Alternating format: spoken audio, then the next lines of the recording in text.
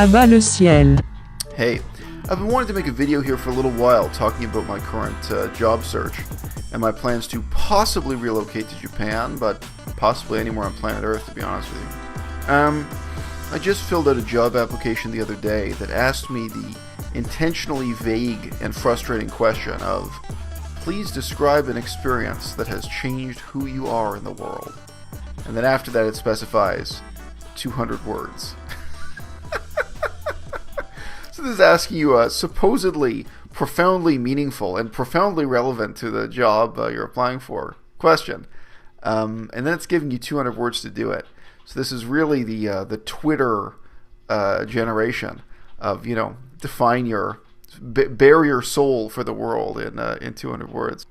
This particular job was indeed relevant to my past work experience doing humanitarian work and research in Southeast Asia.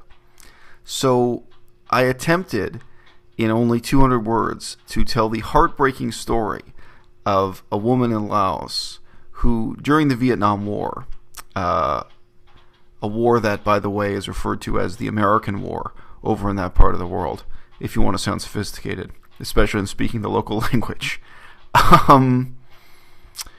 During the Vietnam War, she had to flee up into the mountains and across the border from Laos into Vietnam to escape U.S. bombardment.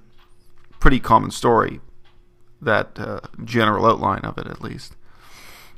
And while she was working her way along one of these mud roads through the mountains, a helicopter, an American helicopter, came down from the sky to slaughter them, even though they were, of course, just civilians fleeing.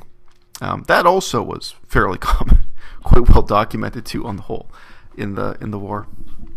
Anyway, so this helicopter came down and shot them, or shot at them, I might say, and they scattered and tried to hide themselves in the water of the river, or just fled in all directions, as civilians will do in those circumstances.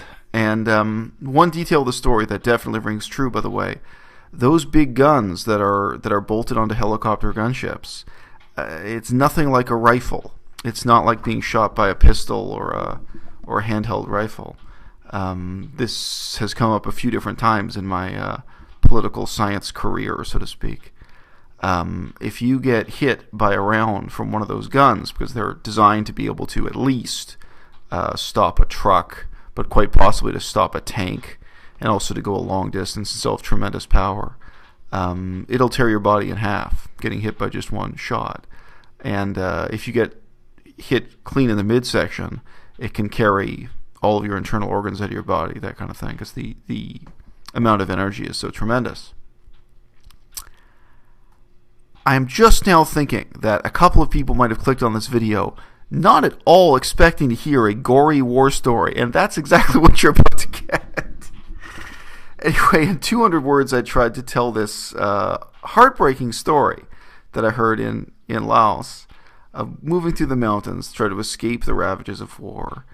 And there was one woman who was carrying her own newborn baby, still breastfeeding, when she was shot by this helicopter gunship in these circumstances.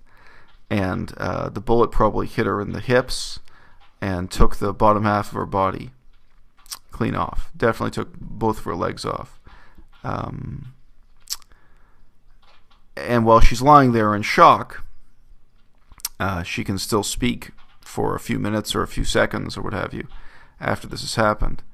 And she says to the survivors after the helicopter's gone away, "Carry me along with you a little ways so I can breastfeed my infant one last time, and then set me down when I die." And they did exactly that. The men picked up the half of a woman, not yet a corpse, and that half of a woman held onto her baby and breastfed as they walked along a little ways. And after some time, they felt the body turn lifeless. And of course, it wasn't holding onto the baby quite the same way anymore. And they put the body down, took the body out of her arms, and then went along the rest of the way. They did eventually escape into the caves they were seeking there in the mountains. And the woman who told me that story survived the war, learning to read and write at a chalkboard in a cave in the high mountains, northwestern Vietnam. So,